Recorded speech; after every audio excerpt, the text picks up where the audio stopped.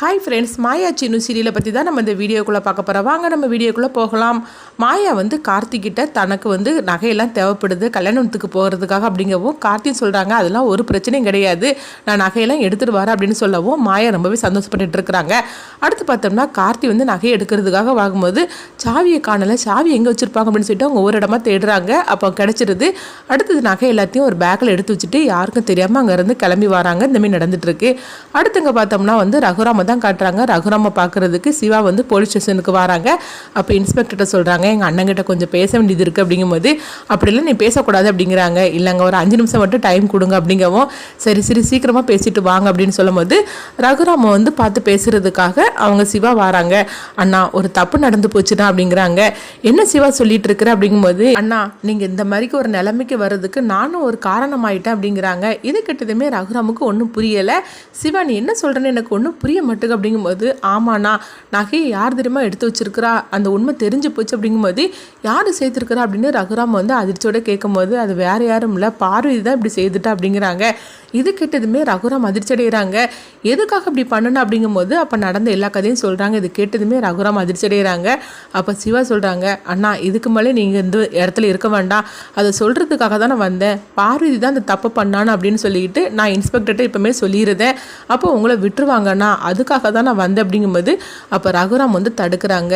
இல்லை சிவா நீ சொல்லக்கூடாது அப்படிங்கிறாங்க. இந்த விஷயம் யாருக்கெல்லாம் தெரியும் அப்படிங்கும்போது, இப்போது வரைக்கும் எனக்கும் அன்னைக்கு மட்டும்தான் தெரியும், வேறு யாருக்கும் தெரியாது அப்படிங்கவும், இது வேற யாருக்குமே தெரியக்கூடாது இந்த விஷயம் அப்படின்றதாங்க. என்னென்ன சொல்றீங்க அப்படின்னு சிவா கேட்கும்போது, ஆமாம் ஒரு ஆம்பளை தப்பு பண்ணுனா அது பெரிய விஷயமா ஆகாது, ஆனால் ஒரு பொம்பளை தப்பு பண்ணிட்டு இந்த மாதிரிக்கு ஒரு இடத்துக்கு வந்தாக்கி அது எவ்வளோ பெரிய விஷயமாகும் தெரியுமா, குடும்ப கௌரவமே கெட்டு போயிடும், அதுக்கப்புறம் பார்வதி தலை நிமிர்ந்து வெளியே நடக்க முடியாது, அது மட்டும் இல்லாமல் உனக்கு ஒரு குழந்தை வேறு இருக்குது, அந்த குழந்தையோட வாழ்க்கையும் பாதிக்கப்படும், எவ்வளோ தூரம் நடக்கும் பாரு, அதனால இந்த விஷயத்தை இதோட விட்டுரு, பார்வதியை நீ யாருக்கிட்டுமே காட்டி கொடுத்துடக்கூடாது, இது நான் பண்ணினதாவே இருக்கட்டும் அப்படிங்கிறாங்க. இது கேட்டதுமே சிவா அதிர்ச்சி அடைகிறாங்க. இல்லைன்னா எனக்கு ரொம்ப குற்ற உணர்ச்சியாக இருக்குன்னு அப்படிங்கும்போது, இங்கே பாரு இது ஏன் மேலே சத்தியம், இந்த விஷயம் நம்ம 3 பேருக்கு மட்டும் தான் தெரியணும், வேறு யாருக்குமே தெரியக்கூடாது, அதனால நீங்கள் இருந்து கிளம்பிப்போ அப்படிங்கவும் சிவா அழுதுகிட்டே அங்கேருந்து கிளம்பி வராங்க வீட்டுக்கு. இந்த மாதிரி நடந்துட்டுருக்கு. அடுத்தங்க பார்த்தோம்னா கார்த்தியை தான் காட்டுறாங்க. தேவி சொன்ன இடத்துக்கு கார்த்தி காத்துக்கிட்டு இருக்கிறாங்க. தேவி இன்னைக்காவது வருவாளா மாட்டாளா, ஒருவேளை நம்ம வச்சு நம்மளை ஏமாத்திடுவோம் அப்படின்னு சொல்லிக்கிட்டு கார்த்தி ஒரு குழப்பத்தோடு உட்காந்துட்டு இருக்கிறாங்க. அப்போது ஒரு கார் வரவும் அந்த காரில் இறங்குறதாங்க. அது வேறு யாரும் இல்லை, நெஞ்சத்தை கிளியாத சீரியல் நடிச்சிட்டு இருக்கிற மதுமிதா தான் தேவிங்கிற கேரக்டரில் அவங்க இறங்குறாங்க. அப்போ அவங்கள பார்த்ததுமே கார்த்தி ரொம்பவே சந்தோஷப்பட்டுட்டு இருக்கவும், அவங்க பக்கத்தில் உடனே நான் தான் தேவி அப்படின்னு சொல்லவும், இது கேட்டதுமே கார்த்தி ரொம்பவே சந்தோஷப்பட ஆரம்பிச்சிருந்தாங்க. நீங்கள் அழகாக இருப்பீங்கன்னு உங்கள் குரலை வச்சு நான் கண்டுபிடிச்சேன், ஆனால் நீங்கள் இவ்வளோ அழகாக இருப்பீங்கன்னு சொல்லி நான் கொஞ்சம் கூட எதிர்பார்க்கல அப்படிங்கவும், உடனே அப்படியா நான் அவ்வளோ அழகாகவே இருக்கிறேன் அப்படின்னு சொல்லிட்டு கேட்கும்போது, ஆமாம் அவ்வளோ அழகாக இருக்கிறீங்க அப்படிங்கிறாங்க. சரி நான் கேட்ட மாதிரிக்கு நகையை எடுத்துகிட்டு வந்துட்டீங்களா அப்படிங்கும்போது, ஆமாங்க நகையை எடுத்துகிட்டு வந்துட்டேன், இது போருமா இன்னும் வேணுமான்னு பாருங்கள் அப்படிங்கும்போது, இந்த நகையை அதிகம்தான், சரி நான் ஃபங்க்ஷன் வீட்டுக்கு போயிட்டு இதே இடத்துக்கு வந்துருந்தேன், வந்ததுக்கப்புறமா அந்த நகையை நீங்கள் வாங்கிக்கணுங்க, நம்ம கொஞ்ச நேரம் உட்காந்து பேசலாம் அப்படின்னு சொல்லவும், இதை கார்த்தி நம்பியிருந்தாங்க. உங்களை பார்த்துக்கிட்டே இருக்கலாம் போல் இருக்குது அப்படிங்கும்போது, அப்படியா அப்படின்னு சொல்லிக்கிட்டு அங்கேருந்து கிளம்புறாங்க. கிளம்பி பார்த்தோம்னா நேராக மாயாவை பார்க்குறதுக்காக வந்துட்டு இருக்கிறாங்க. எங்கே பார்த்தோம்னா சிவாவை தான் காட்டுறாங்க. சிவா வீட்டுக்கு வரவும் அவங்கள பார்த்ததுமே அவங்க ரகுராமோட அம்மா ஜானகி எல்லாருமே ஓடி வராங்க. என்னாச்சுது ரகுராம எப்படியாவது வெளியே அழைச்சிட்டு வர்றதுக்கு எல்லாம் நீ முயற்சி எடுத்தி அப்படின்னு கேட்கும்போது, இல்லை யாருமே அண்ணனுக்காக இந்த கேஸை எடுக்க மாட்டேன்னு சொல்லிட்டாங்க அப்படிங்கிறாங்க. இது கிட்டதுமே எல்லாரும் அதிர்ச்சி அடைகிறாங்க. அப்போ சிவா சொல்கிறாங்க, சரி எல்லாரும் அழாதீங்க, கொஞ்சம் பொறுமையாக இருங்க, எப்படியாவது அண்ணனை வெளியே அழைச்சிட்டு வந்துடலாம் அப்படின்னு சொல்லிட்டு அவங்க நேரம் மொட்டை மாடியில் இருந்து அவங்க யோசனை பண்ணிகிட்டே இருக்கிறாங்க ரொம்ப சோகத்தோட. அப்போ ஜானகியும் பார்வதி அங்கே வராங்க. வந்ததுமே ஜானகி கேட்குறாங்க, சிவா என்ன நடந்துச்சுது, என்ன ஆச்சுது, அந்த மகாலிங்க என்ன சொன்னா அப்படின்னு கேட்கும்போது பார்வதியும் கேட்குறாங்க, மாமா நகையை தந்துட்டாங்களா அப்படிங்கும்போது, ஆமாண்டி அவன் ஒன்றை மாதிரிக்கு ரொம்ப ஏமாந்தவன் பற்றியா, போனது நகையை தந்துறதுக்கு அவன் நகையை எடுக்கல அப்படின்னு சொல்லிட்டான் அப்படிங்கிறாங்க. இது கிட்டதுமே ஜானகியும் பார்வதியும் அதிர்ச்சி அடைகிறாங்க. இல்லையே நான் தானே நகையை கொடுத்த அப்படிங்கும்போது, ஆமாம் நீ ஒரு ஏமாந்தவா கொண்டு கொடுத்துருக்குற, அவன் ஏமாந்தவனா என்ன, எல்லாம் திட்டம் மட்டும் தானே பண்ணியிருக்கிறான், அப்படி இருக்கும்போது எப்படி நகை தருவான் அப்படிங்கும்போது அவள் ஜானகி கேட்குறாங்க, நீ மகாலிங்கத்தோட வீட்டில் போய் பார்க்க வேண்டியதுன்னு சோதனை பண்ணி அப்படிங்கும்போது, இல்லை நீ அவனே வந்து சோதனை பண்ணிக்கோ அப்படின்னு சொல்கிறான். அப்படின்னா என்ன அர்த்தம்? நகை அவன் வீட்டில் இல்லைன்னு தானே அர்த்தம். அவன் வேற எங்கேயாவது ஒழிச்சு வச்சிருப்பான் போலுக்கு. இப்போ என்ன பண்ணுறதுக்குன்னே தெரியல.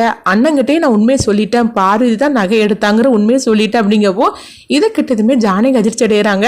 அண்ணன் சொல்லிட்டாரு, என்ன தெரியுமா சொன்னாரு, பார்வதி யார்கிட்டையுமே நீ காட்டி கொடுத்துறாது அப்படின்ட்டு நடந்த எல்லா விஷயத்தையும் சொல்கிறாங்க. இது கேட்டதுமே பார்வதி அழ ஆரம்பிச்சிருந்தாங்க.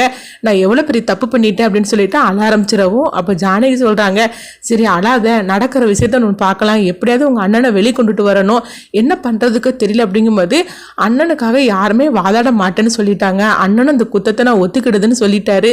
அதனால தான் ஒன்றுமே பண்ண முடியல. இப்போ என்ன பண்ணுறதுக்கு தெரியல, அந்த நகை வந்தால் மட்டும்தான் அண்ணனை காப்பாற்ற முடியும் அப்படின்னு சொல்லிட்டு இருக்கிறாங்க. இந்த மாதிரி நடக்கு.